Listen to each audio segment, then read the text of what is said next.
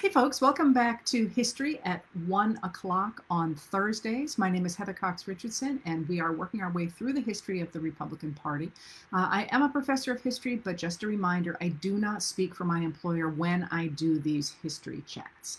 All right, terrific. So where I left you last week was with the midterm elections of 2004 and what came after that, the declaration by the George W. Bush administration that in fact it was operating now in its own world, that it could operate according to ideology. And I think I left you with that absolutely wonderful quotation from that Ron Suskind, who at the time was working for the Wall Street Journal, got, in which one of the members of the Bush administration said to him, you know, you people, meaning journalists and people like me, scholars, operate in what he called the reality-based community.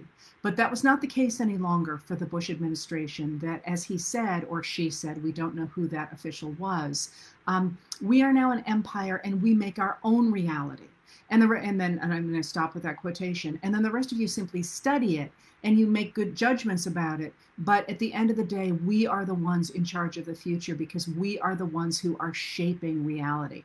And that's really what I want to pick up today, is the idea by the time of the George W. Bush administration that the Republicans in charge were those movement conservatives I've talked so much about, who were motivated by ideology rather than by true conservatism, the idea of looking at what the world was really looking like and responding to that.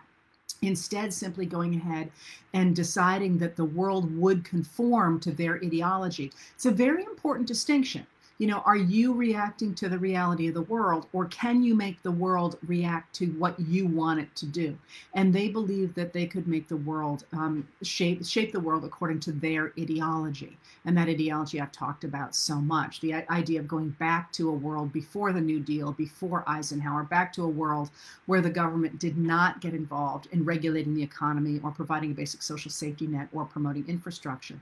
So what happens, especially after the fall of the Berlin Wall and after the dissolution of the USSR, is that, and I think it's really important, and I'm actually gonna expound a little bit on some more philosophical ideas today, simply because you know, there's so much going on, and what really seems, I think, to underpin a lot of us is the idea that there is firm ground to stand on, but that there are also major human questions at stake here. And one of the things that is really striking to me, and this is not, I'm suggesting a philosophical idea here. This is my idea.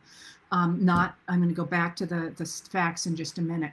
That so much of what we have lived with since the fall of the USSR is that Cold War vision, if you will, us and them, black and white, yes and no, a vision that so many of that generation grew up in, and those people in many ways seemed unable to see nuance. They were unable to see gray. They could only see it's us versus them. And one of the things that happened after the fall of the USSR was those same people began to look for this new challenge. And as I talked about when I talked about domestic legislation, a lot of them literally said, now that communism has been killed abroad, now we need to turn it around and kill it at home.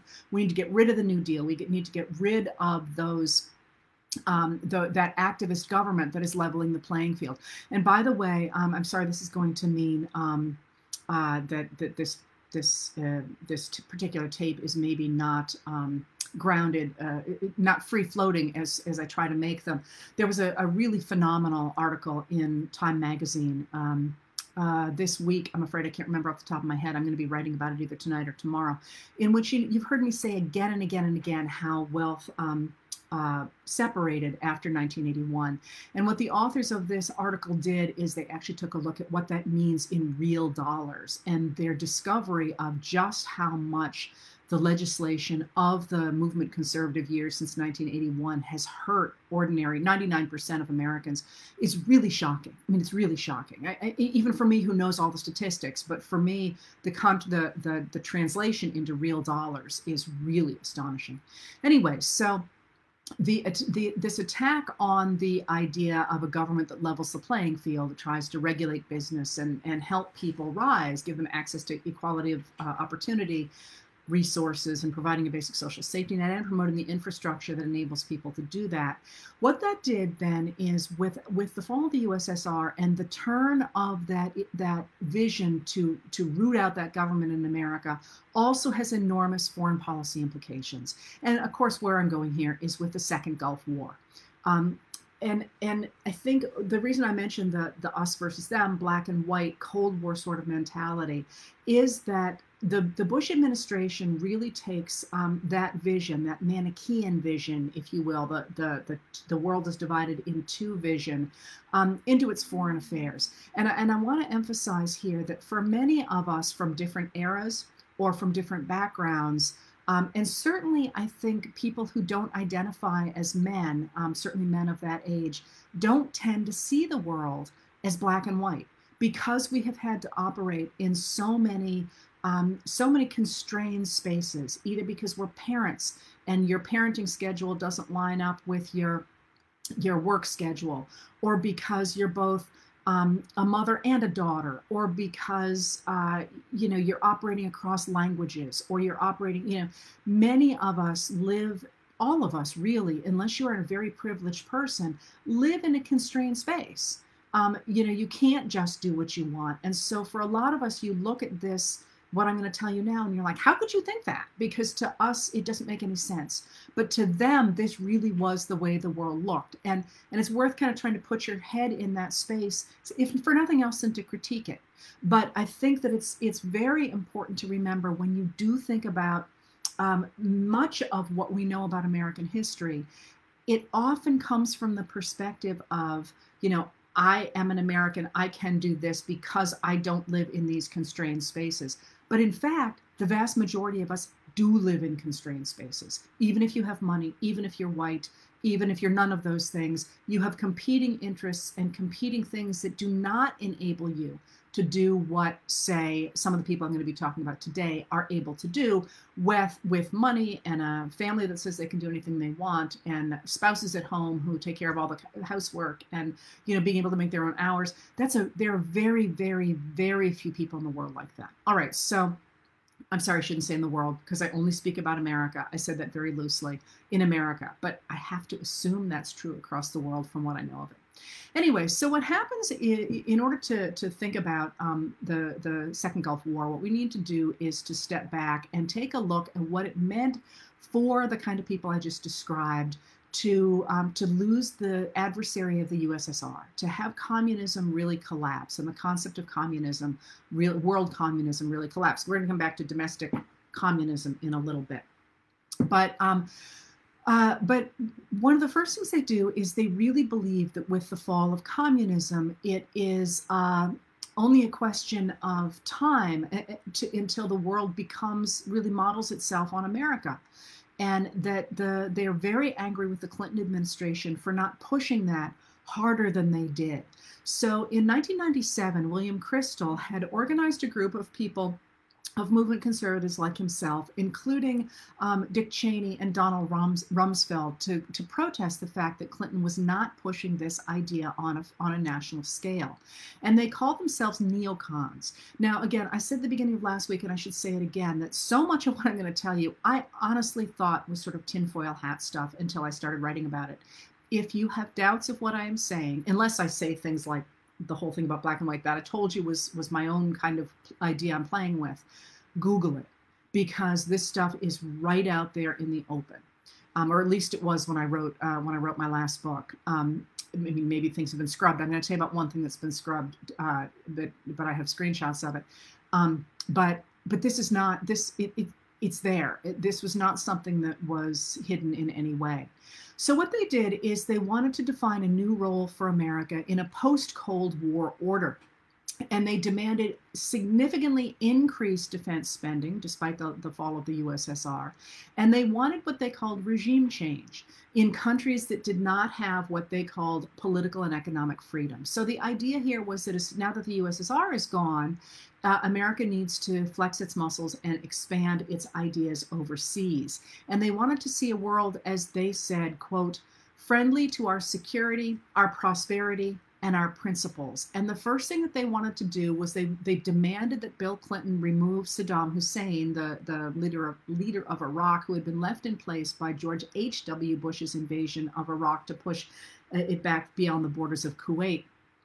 They wanted to remove Saddam Hussein because they believed he was destabilizing the entire Middle East. And if only they could get rid of him, America could go ahead into the Middle East and reorder it based on American values.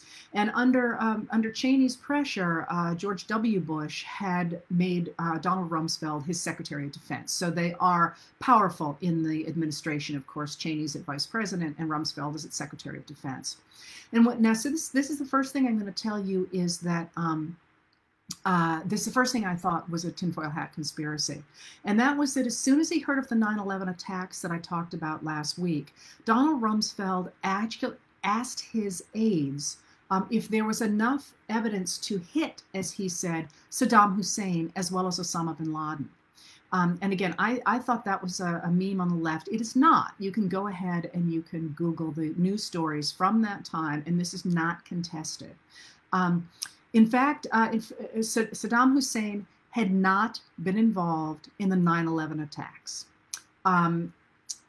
The terrorists from Al-Qaeda were from Saudi Arabia primarily, but also from Egypt and the United Arab Emirates. But most Americans listening to the George W. Bush administration and the people who covered it on the Fox News channel came to believe that it was Saddam Hussein who had worked with Osama bin Laden to hit the U.S., as they said, at 9/11. And in fact, those two men did not work together. But again, in terms of making reality conform to your ideology, the administration, so eager as they were to take out Saddam Hussein because they thought he destabilized the Middle East, linked this other attack, the 9/11 attack of Osama bin Laden's Al-Qaeda, to Saddam Hussein's Iraq leadership. So there's a first place where things start to get where we start to get involved in things based on an ideology that does not conform to reality. So in 2002, the year after 9/11, the Bush administration outlined what became known as the Bush Doctrine, and it's one of the things that always kind of amuses me about presidents and foreign policy is that virtually all of them end up having a doctrine. And a lot of us, I think, miss that. I don't know about you, but until I really started studying foreign affairs, especially 20th century foreign affairs, I kind of thought there was the Monroe Doctrine, and I don't know. But anyway, they all have doctrines. The Bush, I shouldn't say they all. Perhaps there are some that don't. It is my understanding that most of them have doctrines, and it's always a surprise to me when I tumble over something and think, really, that was a doctrine? Okay, but anyway, there is a Bush Doctrine, and the Bush Doctrine is based on the plans, primarily on the plans of those neocons I just mentioned, and the Bush Doctrine argues that there are new constructs in the world because of terrorism, and because of terrorism, the American government needs to act preemptively to forestall hostile attacks. That is, rather than waiting for a terrorist attack on America, America needs to act preemptively and stop the terrorist attacks before they start. It also went on to embrace the idea that there was a right and a wrong in foreign policy, that foreign policy was not simply about advancing your interests in whatever way you could, but there was a right and a wrong. And it insisted that America needed to wage, quote, a war of ideas, unquote, by spreading American economic and cultural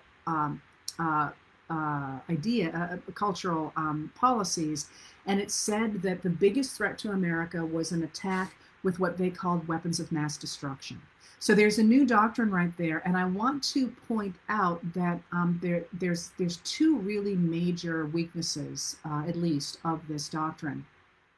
The first is maybe the more subtle of the two, and that is that the idea of spreading American values with hard power, with bombs and guns, really, I think, is a product of a certain era, in the sense that what really has tended to spread American values is what people know as soft power. You know, movies. Americans like, I'm sorry, people around the world like American movies. They like American music. They like American TV. You know, they like the stuff that is cultural and shows a world different than their own. They like to see possibility. It's very different than sort of bombing people into your view of the world. It's a very subtle thing, and it's a thing that involves a very different kind of investment in industry, or investment in a very different kind of industry than investing in munitions, for example. So that's one place that this doctrine really doesn't look at the way the world actually operates. But the other, of course, is if you argue that the U.S. government has an obligation to attack preemptively to stop hostile events, that seems kind of like a paradox.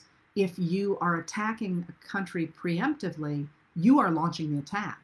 So it's a philosophical problem, if you will. There is certainly a problem that the Bush administration is trying to deal with. What do you do about terrorism, especially terrorism coming out of an organization like Al-Qaeda, which is known as the base? And the idea was really actually originally to imitate U.S. Army bases, which could operate from all over the world because of NATO. And to put bases, cells all over Western powers, certainly all over America. How do you combat that if you don't go in and, if you will, bomb preemptively, rather kind of like the way that Nixon bombed Cambodia?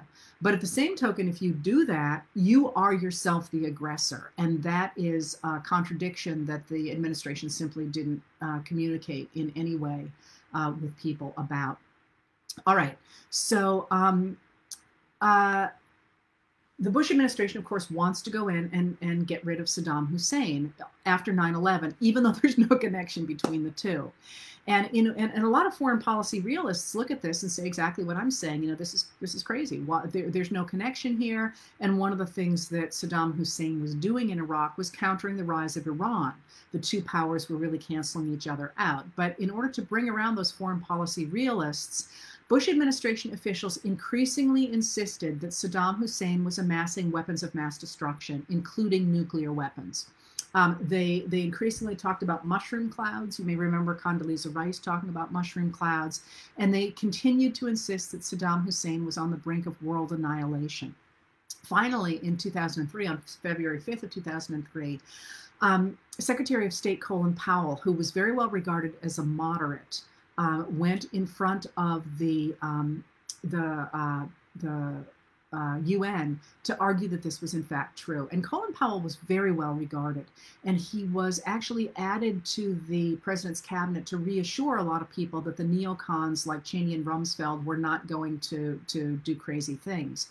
But Colin Powell went in front of the United Nations, and he presented what he insisted was evidence that Saddam Hussein had chemical weapons, and that he had obtained the resources to create nuclear weapons.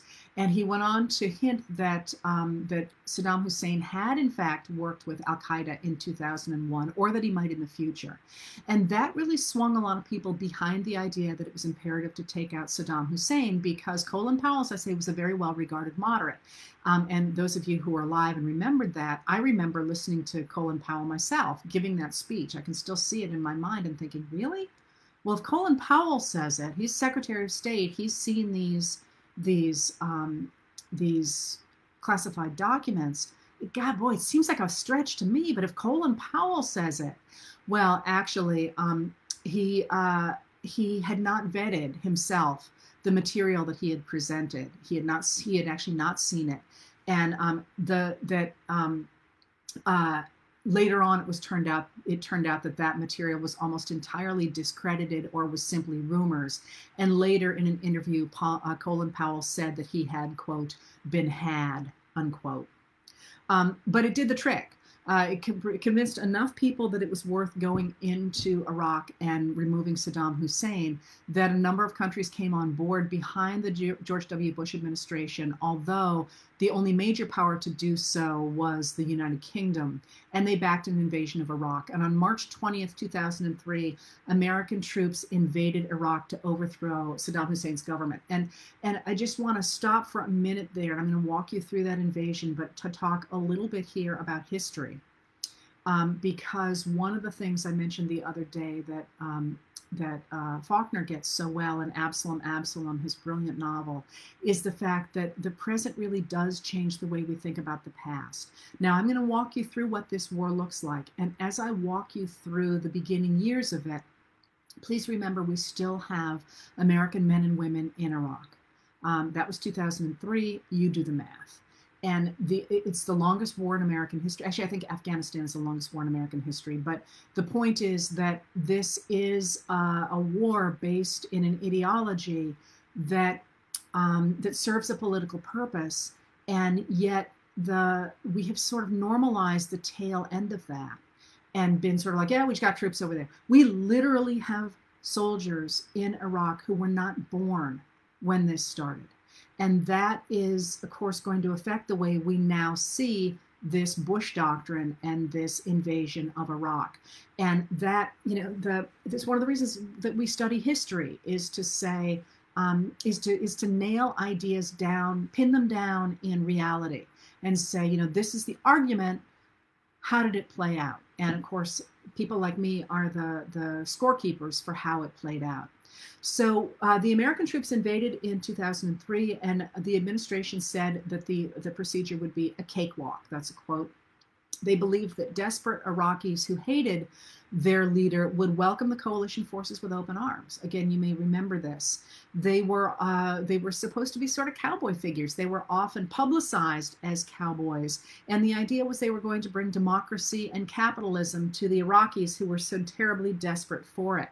And in fact, Saddam Hussein's forces crumbled in a little over a month, and by May of that year, the United States had set up a coalition government. On May 1st, 2003, President Bush actually landed on a fixed-wing aircraft on the USS Abraham Lincoln. Not an unimportant name there. That was an aircraft carrier. He was wearing a flight suit, and he posed for photographs with the vessel's crew, which had just come back from the Persian Gulf. And he gave a speech announcing the end of the major combat operations in Iraq.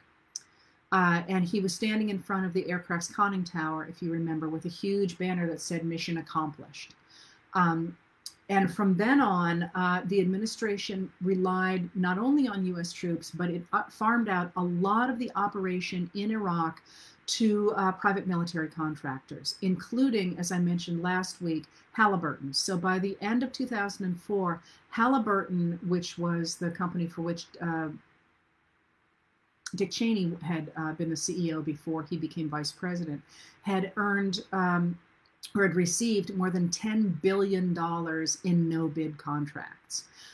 Again, this is, I think your first reaction to that is to say, oh, they're all corrupt. Well, yes, maybe. But this is actually part of the idea,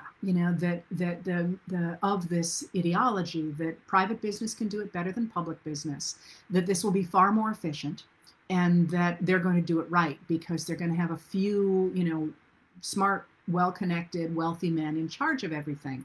Of course, we know that that's not the way things played out in Iraq. In 2007, I believe it was, the Iraqi government demanded that Blackwater be, which was Blackwater Inc., which was it's been renamed, security company, private security company, be removed from Iraq because of its killing of, I believe it was 8 civilians. The contract of the military contractors are not responsible, again, to military discipline or to military oversight. And as a result, they're a huge problem because of that. They're actually private contractors. And that, as I mentioned, again, editorializing, I have a real problem with, because I think that if we actually were taking a look at the money we're spending on private contractors, how expensive they are, and at the fact that this is training that our own men and women are not getting, and it's pay they're not getting, I think that we will discover that this is actually a very different thing than most people think it is. And we might not be so keen on being in wars or in police actions around the world if we recognized just how much money is going into private companies. So much of our tax money is going into private companies, and the sheer number of people there. I mean, you can say we have very few soldiers in a place. Well, okay, but we've got thousands and thousands of other personnel that we're paying out of a different ledger, and that's that I think is probably a problem for a lot of people if they actually look at it. All right. But the Mission Accomplished event was, of course, the triumph of style over substance, if you will, image over reality, because combat operations in Iraq would continue. They would continue until theoretically the end of military operations about a decade later, although, of course, we still have troops in Iraq. And the majority of combat fatalities would come after the Mission Accomplished speech. So again, there was this lovely period, except it didn't actually accomplish anything except to put a period, if you will, in the media about what was happening there. And the mingling, I think, of this image and reality, and somebody said to me, very interestingly, I think this week, why did I emphasize Red Dawn as much as I did when there were other more important movies? I did it in part because when the U.S. Army launches an effort to find Saddam Hussein in 2003, they named the operation Operation Red Dawn. And the man who names it, himself a member of the military, said, well, I believe everybody has seen Red Dawn. And they began to look in two groups, in two sites, Wolverine 1 and Wolverine 2, which are, of course, the names of the football team who were portrayed in Red Dawn. So when they captured Saddam Hussein, it became this moment of the triumph of good over evil. It sort of seemed to be this image of that ideology imposed on the reality of what was happening in Iraq. So when Saddam Hussein was captured, Rush Limbaugh, the talk show host, gave a program, and put on his website a speech complete with illustrations that is now no longer available. I do have a copy of it because it happened that I caught it. And it was really interesting because he said, I'm sorry, I'm just seeing a comment go by, and I forgot to mention to you that Sweetwater was overseen by Eric Prince, and Eric Prince now has a different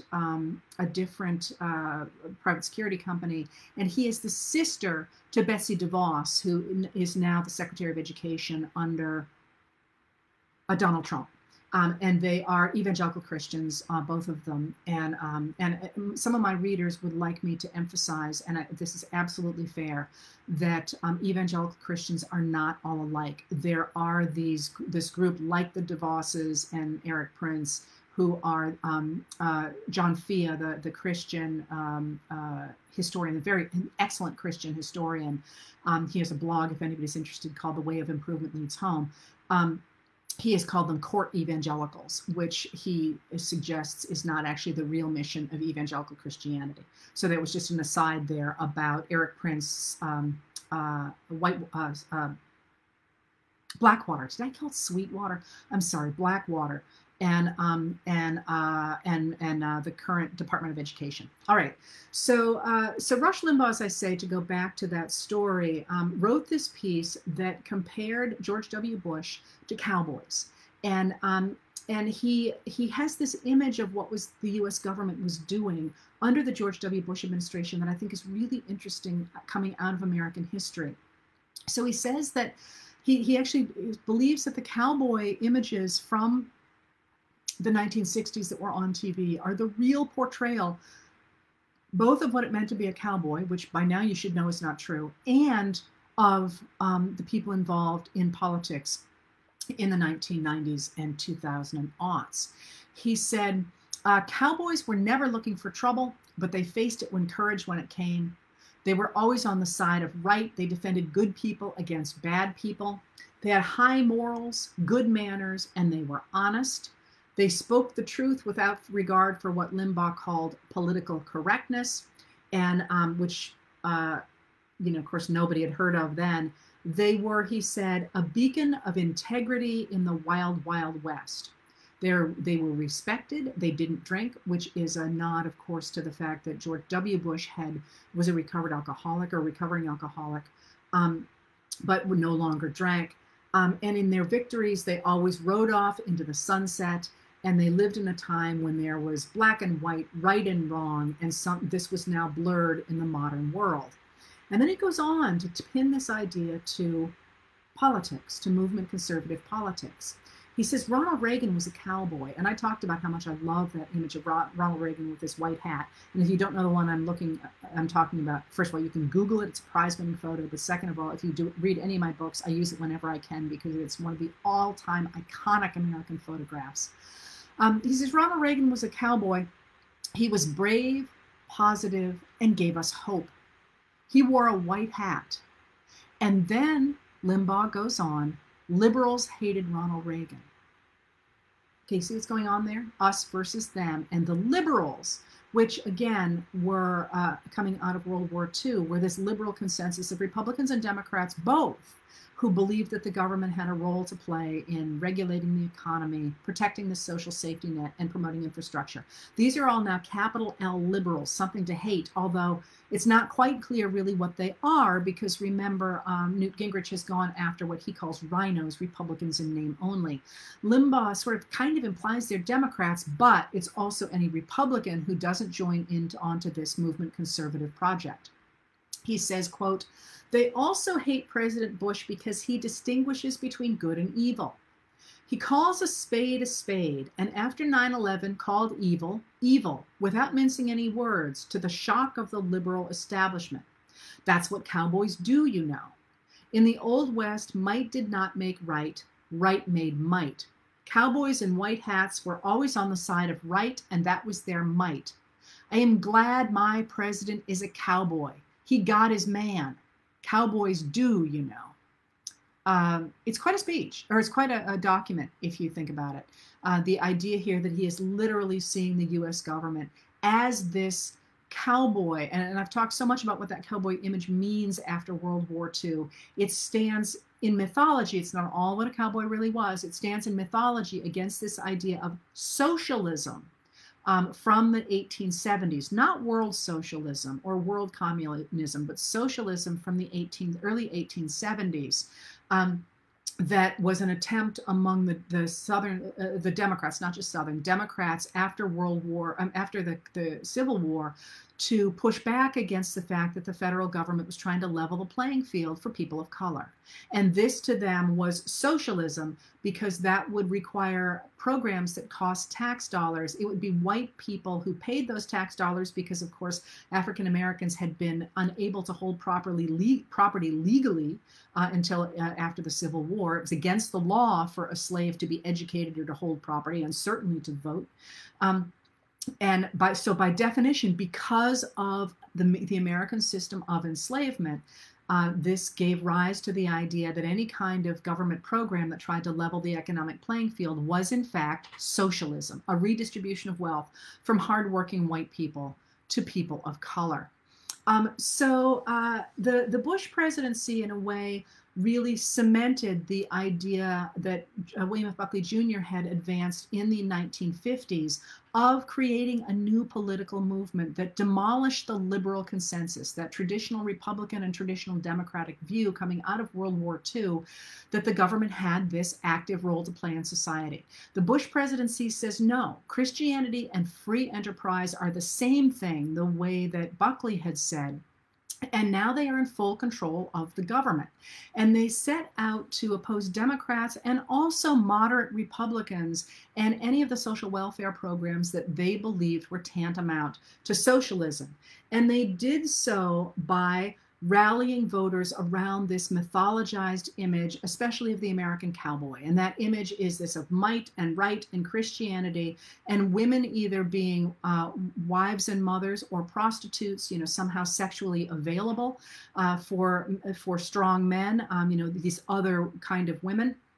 And they forged a constituency that they believed was going to last, as they said in 2004, for years, maybe decades. And this is in 2004, the moment that we get that quotation that somebody in the Bush White House gave to Ron Suskind, that was reprinted in a New York Times Magazine article in 2004. He said that that unlike people like Susskind, who lived in the reality-based community, people in the Bush administration were an empire. And when we act, we create our own reality. And while you're studying that reality, judiciously as you will, we will act again, creating other new realities, which you can study too. And that's how things will work out. We're history's actors, and you, all of you, will be left to just study what we do. So how does this play out? This plays out, as you know, not at all the way they expect it to, because by 2005, the Bush administration is sort of falling apart. Americans are starting to pay attention to what's happening in Iraq, recognizing that the fighting is ongoing, recognizing the huge amounts of money going there, and starting to push back against things like what I mentioned last week, the signing statements, for example, which seem to suggest that Bush is going to be able to interpret the law any way he wants, and pushing back against the fact that the administration and its supporters are refusing to permit protests. You may or may not remember the scandals over the fact that protesters were walled off at Bush functions for a while, although again, that looks quaint nowadays. But also then finally we get in August of 2005 Katrina. And with Hurricane Katrina, there is a sense among the American people that the administration does not in fact know how to govern. That for all of its talk about protecting right and might and all that, that in fact when faced with a real crisis, it is unable to respond. And Hurricane Katrina hits in August of 2005. It hits the Gulf Coast states, of course, and it's a disaster. The levees break in New Orleans, and people weren't adequately evacuated. It's pretty chaotic. And about 1,800 people die, and there's huge property loss down in the Gulf states. And what's interesting about that moment to me is, first of all, Americans really turn against Bush, really over an image that was not his fault. You probably remember the image of him flying over the region in Air Force One, looking out the window. He did that, as I understand it, because, of course, during a time of crisis, you actually don't want the president to come because you got to have security and you got crowds and you got all this kind of stuff. So he knew he needed to see it and act like he cared. And I don't mean to imply he didn't care. I'm not inside his head. I don't know. But this was his attempt to say, yes, I'm on board with this. But of course, it was interpreted as him just sort of doing a flyby.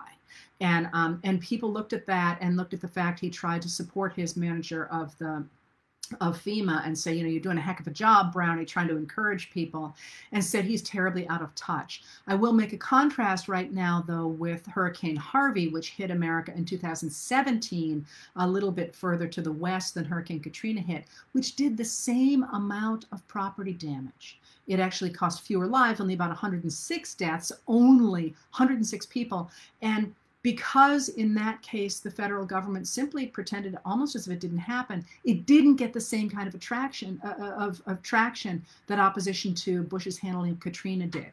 And those two hurricanes are, as I say, virtually similar, except in terms of the loss of life. Bush's presidency virtually sank on one, and Trump's presidency was largely unharmed by his, simply because he refused to give it any oxygen. Then, of course, we get the crash of 2007, 2008 that's pumped up by the housing bubble and by the fact that there has been such extraordinary deregulation of banking, and we get a really profound crash. And with that profound crash, we get a real change. And let me see if I have time. I think I have time actually to finish this off today. We get a profound change in the loss of the Republican Party's grip on the presidency. And this is in part because when the crash happens, if you recall, the party has nominated John McCain for president. And he, recognizing just how unpopular the Republican Party is right then after the declaration about weapons of mass destruction, after the Iraq War, after Katrina, after the financial crash, McCain realizes that he's got to do something really dramatic to try and turn the fortunes of the Republican Party around, and he taps as his running mate in 2008. He taps the first-term governor of Alaska, a woman named Sarah Palin, to be his running mate, which seems as if it is going to many people, it seems as if it is going to launch a new era in the Republican Party. She is an evangelical Christian. She is from a rural state. She is interpreted as being very beautiful. She has this big family. She is unabashedly supportive of her daughter's having a child out of wedlock because she claims to oppose abortion. It seems like it's going to be a real hit, and she gives a speech at the Republican National Convention that seems like a whole new era in Republican history. But of course, that's going to fall apart very quickly when the sort of underside of the Palin family comes to light, and she becomes increasingly seen as an anti-intellectual, ineffectual, sort of know-nothing governor who in fact resigns midterm and goes on to become a political personality. And that is actually a couple of things. The Palin effect, if you will, in the Republican Party legitimizes the idea of sort of this know-nothingism streak, the idea that you don't really have to know anything so long as you are authentic, that you feel it in your gut, you know, you're a mama bear like she is. And also the idea that the real heart of the party starts to turn to being resentment, sort of the resentment of people who have been left behind by the technocrat economy and simply want someone to hate. And it's really the election of 2000, I'm going to get this confused, no, 2008, that legitimizes that. Nonetheless, with that election, there's something now, again, if I were telling you about the Democratic Party, I would be telling a very different story here. But I'm going to tell you now about the election of Barack Obama, a Democrat from Illinois, as the Democratic candidate in 2008, and what that did to the Republican Party. I'm not going to talk about the Democratic Party right now because I'm not doing a session on the Democratic Party. I'm only going to take a look at what the election of Barack Obama does to the Republicans. Of course, there is well, maybe not a bigger story, an equal story if I were talking about the Democrats. But so what we get in 2008 is the election of Barack Obama, which is for many, many reasons a huge deal in American history. But for my purposes today, for the Republican Party, Barack Obama being elected in 2008 for the new movement conservative, modern Republican Party, if you will, he is an abomination because he represents the idea of socialism, of African American has actually, a community activist, a community organizer has actually taken over the United States government. And he is doing it on this idea that the government has a role to play in leveling the playing field. It has a role to play in creating a basic social safety net, and it has a role to play in infrastructure, and that everybody should have a seat at the table. That is precisely the argument that the movement conservatives have been arguing against since 1951, and the argument that they really thought they had beaten back with George W. Bush. I mean, the idea was that finally they had this permanent triumph of this idea of the wedding of government and Christianity and free enterprise. And here, seemingly out of the blue, you have what almost seems like an accidental presidency. This man who to them represents everything that they abhor. Now, it's worth pointing out that Obama is in many ways the culmination of the Lincolnian Republican dream. He's exactly what Lincoln would have loved to have seen, and what traditional Republicans, some of whom wrote after the election of Obama and said, I'm sorry, we have a man who came from poor circumstances. He is biracial. He went and got a phenomenal education. And by the way, make no mistake, anybody who is on Harvard Law Review is not, there's all kinds of carping about his education. Being on the Law Review at Harvard is like the smartest of the smart. So he's on Law Review. He's got a beautiful family. He's worked his way up. He and his wife are both professionals. They have these incredibly well-behaved, beautiful daughters. Which again, after some of the scandals of, say, the Bush years with the Bush daughters, and mind you, teenagers whatever, off limits. But I'm just saying that people looked at the Obama family and were like, isn't this the American dream? Like, isn't this what Republicans always stood for? Why do you have a problem with this? But if you remember, there was an instant backlash against Obama, with a lot of people saying, holding signs like socialism is not welcome here, or they become the Tea Party, taxed enough already. They argue that he is going to usher in socialism because he is going to demand programs that that require tax dollars. Things like universal health care, or what becomes the Affordable Care Act. And that's a really interesting portrait of the way this ideology is working, because the Affordable Care Act, as you may or may not know, was actually modeled on a system that was pioneered by Republican Governor Mitt Romney in Massachusetts. And it was based not on the original Democratic ideas for universal health care, but rather on a plan that came out of the American Enterprise Institute, which is a right-leaning think tank, which was designed to go ahead and spread out health care without cutting out the healthcare industry, which makes up a very large percentage of our economy. And the fact that they are looking at what is essentially a right-leaning program and calling it socialism, once again suggests the degree to which ideology is triumphing over reality in this moment, this election of Barack Obama. So one of the things that happens when that happens is that the movement conservatives and the Republican Party are determined to stop anything that happens under Obama. They are determined to stop him. They are determined to discredit him. They call him un-American. And the things like the birther movement, the idea that he is not born in America, is, of course, a fringe movement. It's a fringe movement, by the way, popularized by the current president, Donald Trump, and supported by his wife, First Lady Melania.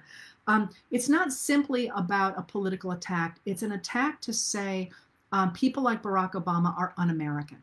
They are not part of our way of thinking. They are the other.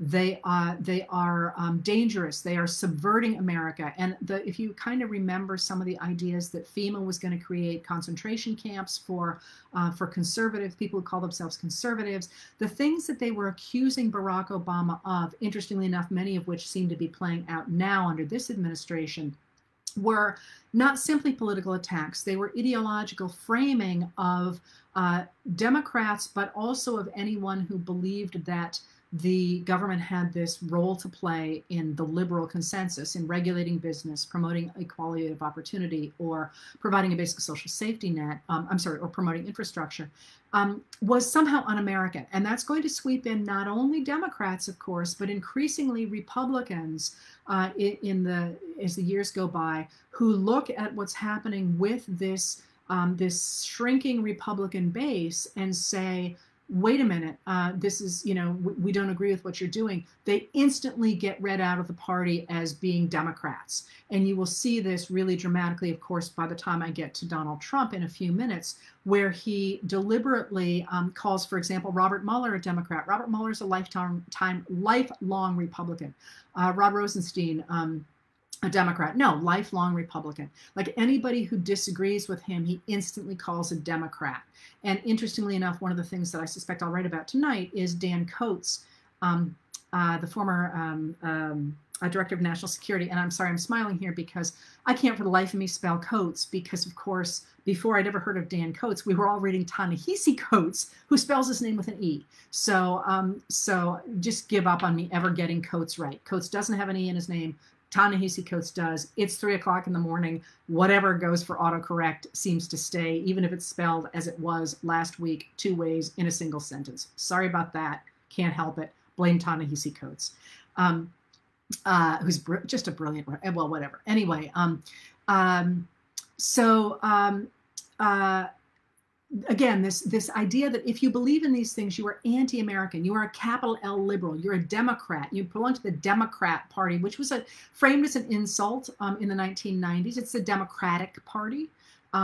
you are by definition the other, and that's, of course, Donald Trump is going to take that to new heights in this summer. And again, we're learning more about this every day, where he deliberately says that that cities that are run by Democrats are Democrat cities, and therefore they are lawless. That he needs to send in federal troops. This is a framing that starts back in the George W. Bush administration after 9/11, but really takes off during the Obama administration. But if this is the case, if those Democrats are somehow un-American, should they vote? Well, of course not. I mean, in this ideology, of course not. Of course you don't want to let these un-American people have a say in their society. They're using the exact same arguments that Democrats use after the Civil War. Cast those people out of the body politic, because by definition, they are un-American. And you see this really dramatically in 2010. And in 2010, what happens is that before the midterms of that year, a group of Republican operatives joined together for what they called Operation Red Map. And there is a fabulous book on this by David Daley, if you're interested. It's got an obscene name that I keep trying not to say in public. It's coined by Don Segretti during the Nixon administration. The title of the book is Rat Expletived, which was the word they used for messing around with electoral politics in order to win.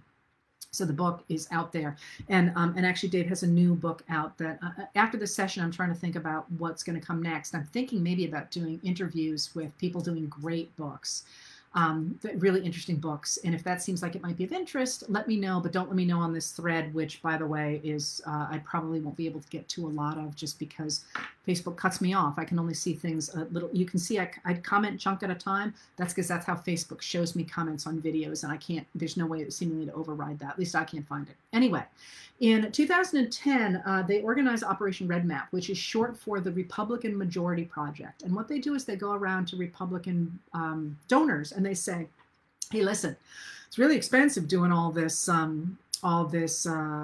trying to sway elections. So rather than trying to sway elections, the big elections, what you really need to do is we need to take states before the 2010 census count.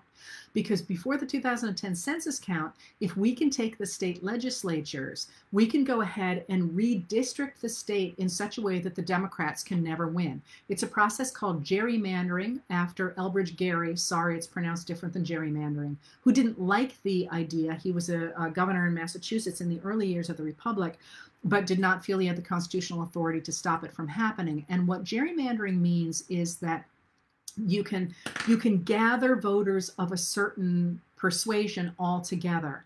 And what you do is you cram, for example, all the both sides have done this in the past, but Operation Red Map made it absolutely surgically precise, because we have computer models now that can do that. But you cram, for example, all the Democrats into one district, but the district might look like this.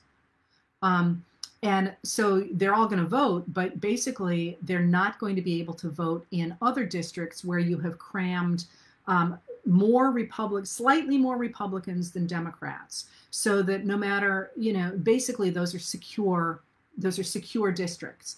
And what they did with Operation Red Map is they took states like North Dakota and Wisconsin, and I'm sorry, not North Dakota, North Carolina. I always go to the Dakotas first because whatever. North Carolina, Kansas, Wisconsin, off the top of my head, just those three.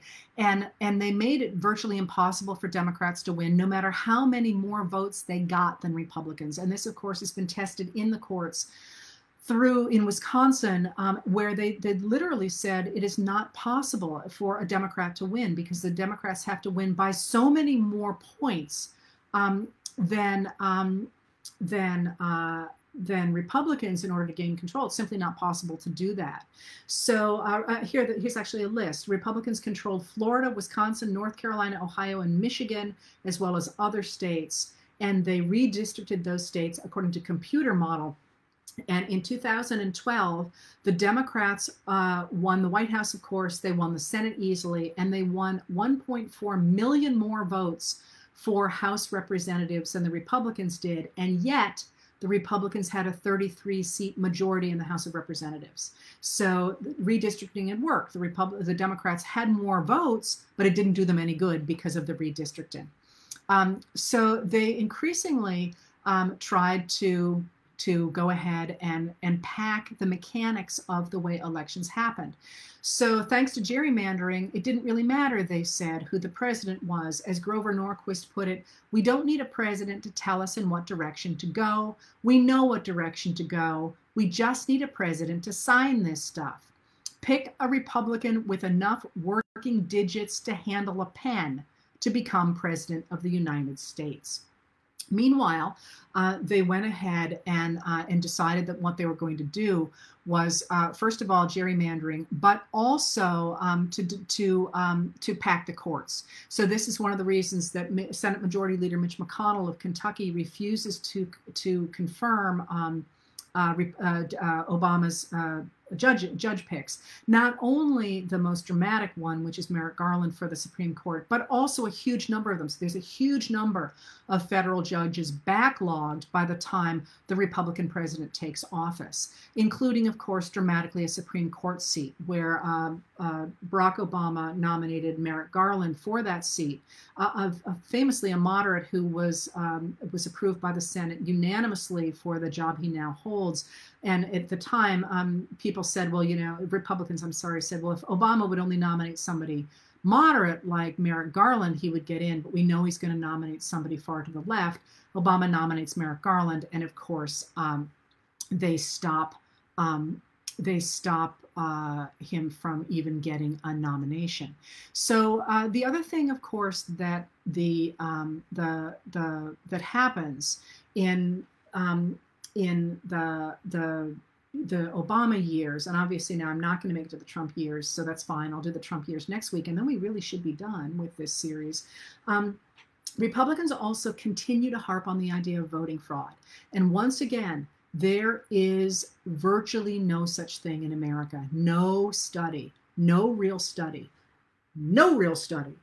including Republican studies.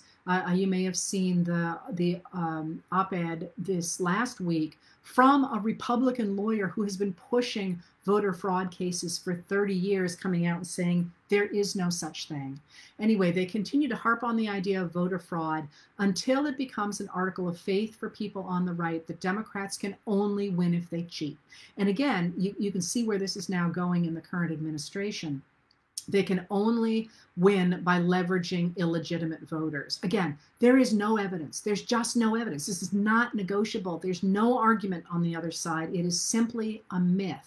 But it's a myth they hit again and again and again and again. And you can see that really with language from the time of Newt Gingrich forward. The idea of hitting this theme again and again and again and again until even if you don't believe it, it's somehow in your consciousness. And I'm going to actually be writing probably tonight about how disinformation works, because we're seeing something really similar right now coming from Russian disinformation that says that the Democratic presidential nominee, Joseph Biden, is slipping mentally. And again, you hear it enough, you see it enough, even if you know it is not true, somehow it's in there. And this is what they did with voter fraud. And finally, in 2013, in a landmark Supreme Court decision called Shelby County versus Holder, the Supreme Court, dominated by Republicans, including ones who have been nominated by and confirmed by George W. Bush, who, again, I want to point out, did not win the popular vote. We got a real problem here when you're getting your judicial system packed by people who are not representing the majority of Americans. That's a problem. It's not necessarily illegal because of the way our electoral college system works, but as a philosophical problem, democracy is entering a problem era when it's got its courts just deciding things when they are put in place by people who do not represent a majority of Americans. Anyway, in 2013, in Shelby County v. Holder, the Republican Supreme Court gutted the 1965 Voting Rights Act. And that Voting Rights Act was, of course, the one that tried to defend African American voting, but also voting by other minority populations. And what they did was they declared the rule within that law, the 65 law, there's a rule that that states who have a history of voter suppression cannot change their voting laws without prior clearance from the Department of Justice. And they say that that is unconstitutional. And immediately, and I mean as in within hours, a number of state officials begin to introduce voter ID laws that they've been trying to push through, and bills restricting voter registration, bills that and measures that disproportionately affect Democratic voters. So what you managed to get during the Obama years is a hardening of this idea that unless you support Christianity and what they call free enterprise, that's the idea of government without regulation, and the idea of really moving the country forward by putting a few really good men at the top, you are by definition not a good American, and therefore you should not be able to have a say in your government, despite the fact that people who do in fact support the idea of a liberal consensus, the idea that the government has a role to play in promoting, in regulating business, in promoting a social safety net, and in promoting infrastructure, despite the fact that those people constitute a majority of the American people. They would not need to stop people from voting and to redistrict the states and to launch this disinformation campaign if they knew they had a majority. This all gets solidified during the Obama years, and next week I will take up how that plays out in the election of 2016 and where it has led us today. That's exactly an hour. I hope I will see you next week. This is Heather Cox Richardson doing History Chat, and on Tuesdays at 4 o'clock I do History and Politics Chat. I am a history professor, but I do not speak for my university when I do these. That's going to be the end of this tape. I do want to thank you guys for being here. I mean, one of the things that's really cool about this moment in history is that so many of us care about it again. We care about the history, and we care about the reality and nailing down what really happened. What you think about what really happened, I'm not really invested in the sense that I expect that all of us will come into everything that I have said with our own histories, our own ideas, our own experiences, but regaining a world that's based in reality, reliving in the reality-based community, is to me a real strike in favor of democracy and in favor of the Enlightenment that started this country. And you know, it was a long, lonely journey for a while. And the fact that so many Americans are standing up and saying, no, this is who we are, this is what we believe in, to me is a real affirmation of the spirit of democracy, but also the spirit of humanity. And, you know, people ask me what keeps me going. That's it. So thank you all for being here, and I will see you next week.